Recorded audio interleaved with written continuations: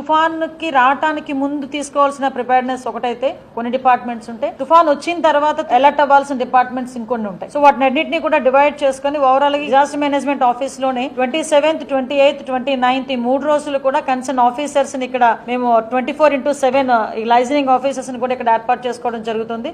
ఈ రోజు సుమారుగా అన్ని డిపార్ట్మెంట్ వాళ్ళతో కూడా ఇక్కడ మేము ఒక మీటింగ్ అరేంజ్ చేసుకున్నాం. ఇక్కడ సహాయక చర్యలు తీసుకునే దాంట్లో భాగంగా ఇప్పుడు సుమారుగా ఒక 6 NDRF టీమ్స్ ని, 13 SDRF టీమ్స్ ని, అంటే రిజర్వ్ లో ఉన్న వాటిలన్నింటినీ కూడా కలుపుకొని దగ్గర 13 SDRF టీమ్స్ ని, ఒక్కొక్క NDRF టీమ్ SDRF టీమ్ లో 30 మంది టీమ్ మెంబర్స్ కూడా ఉంటారు. వాళ్ళు ఫుల్ ఎక్విప్మెంట్స్ తో వాళ్ళందరినీ కూడా ఆల్రెడీ ఏరియాస్ ని ఐడెంటిఫై చేసుకుని డిప్లాయ్ చేయడం జరుగుతుంది. ఓవరాల్ గా ఎన్ని రిలీఫ్ క్యాంప్స్ అని ఏర్పాటు చేయాలి అవన్నీ కూడా కలెక్టర్స్ అందరికీ కూడా ఇన్స్ట్రక్షన్స్ ఇవ్వడం జరిగింది. కలెక్టర్స్ తో పాటు ఈ రోజు ఒక్కొక్క స్పెషల్ ఆఫీసర్స్ ని, నోడల్ ఆఫీసర్స్ ని కూడా IAS ర్యాంక్ ఆఫీసర్స్ ని అక్కడికి వేయడం జరిగిందండి. సో వాళ్ళందరూ కూడా ఆ జిల్లాలకు చేరుకొని ఆ జిల్లాల దగ్గర నుంచి ప్రిపేర్నెస్ ని చెక్ చేసుకోవడం, ఆ రిలీఫ్ క్యాంప్స్ ఎలా ఉన్నాయి, రిలీఫ్ క్యాంప్స్ లో ఫెసిలిటీస్ ఎలా ఉన్నాయి, రిలీఫ్ క్యాంప్స్ లో వాళ్ళకి ఫుడ్ దగ్గర నుంచి శానిటేషన్ దగ్గర నుంచి వాటర్ సప్లై వరకు ప్రతిదీ కూడా వాళ్ళకి పిన్ టు పిన్ అబ్జర్వ్ చేసుకుని పబ్లిక్ ఎటువంటి ఇబ్బంది లేకుండా చూసుకునే బాధ్యత కూడా తీసుకుంటున్నాం. ఇక్కడ మన RWS డిపార్ట్మెంట్స్ దగ్గర నుంచి Panchayati Raj, municipal administration, every department ని కూడా ఆఖరికి మున్సిపల్ అడ్మినిస్ట్రేషన్ డిపార్ట్మెంట్స్, అదేవిధంగా మనకి కార్పొరేషన్స్ లో ఉన్న